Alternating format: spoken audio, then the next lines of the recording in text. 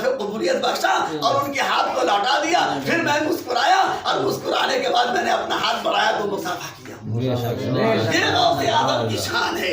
اسی لیے شان نے کہا ہے نگاہ مرد مومن سے بدل جاتی ہے تقدیریں, جو عضو کے یقین پیدا تو کٹ جاتی ہے زنجیریں. یہ اللہ والوں کی شان ہے. اس لیے ہمیں اور آپ کو چاہیے کہ اللہ والوں سے محبت کے ساتھ ساتھ اللہ والوں کی بارگاہ میں گزارش کریں کہ اللہ والے آپ کا یعنی قربت خدا سے ہے اور آپ کی بارگاہ میں اس لیے حاضر آئے ہیں کہ آپ میرے لیے اپنے پروردگار سے دعا کر دیجئے تاکہ میری قسمت بدل جائے, میرے گھر میں خوشحالی آ جائے, میرے بچے بیمار ہیں اس کو شفا مل جائے. تو اس لیے اولیاء کرام کی بارگاہ میں یہی دعا کرتے ہیں کہ خواجہ غریب نواز کے مزار پہ جاتے ہیں تو یہ ہم نہیں کہتے کہ خواجہ صاحب مجھے کچھ دے دیجئے, ہم یہی کہتے ہیں خواجہ صاحب ہم آپ کی بارگاہ میں اس لیے آئے ہیں کہ آپ اللہ سے قربت حاصل کیے ہوئے ہیں, آپ کی سنی جاتی ہے خدا کی بارگاہ میں. اس لیے میرے لیے دعا کر دیجئے کہ پروردگار ہمیں خوشحالی دے دے, میں بیمار ہوں بیماری سے نجات دے دے, میں بہت ہی فاقہ کش ہوں اللہ تعالیٰ روزی میں برکت دے دے. اس طرح کی ہم دعائیں کرتے ہیں اولیاء اللہ کی بارگاہ میں, کیونکہ اللہ کے والے ایسے ہوتے ہیں کہ اللہ نے فرمایا ہے الا ان اولیاء اللہ لا خوف علیہم, شک اللہ والوں کو نہ کوئی غم ہے نہ کوئی خوف ہے نہ کوئی ڈر ہے نہ کوئی حزن ہے نہ کوئی ملال ہے. ہمیشہ اللہ والے بے خوف بے خطر ہوا کرتے ہیں. دعا رب کائنات کی بارگاہ میں اللہ تبارک و تعالی ہماری اور آپ کی دعاؤں کو قبول فرمائے. ان اولیاء اللہ کے صدقے میں اللہ تبارک و تعالی ہماری پریشانیوں کو دور فرمائے اور ہمارے گھروں میں ہمارے بچوں کو خوشحال عطا فرمائے, گھروں میں ترقی عطا فرمائے, بلاؤں سے بیماریوں سے نجات عطا فرمائے. وآخر دعوانا ان الحمد للہ رب العالمین. استغفر اللہ ربی من کل ذنب واتوب الیہ.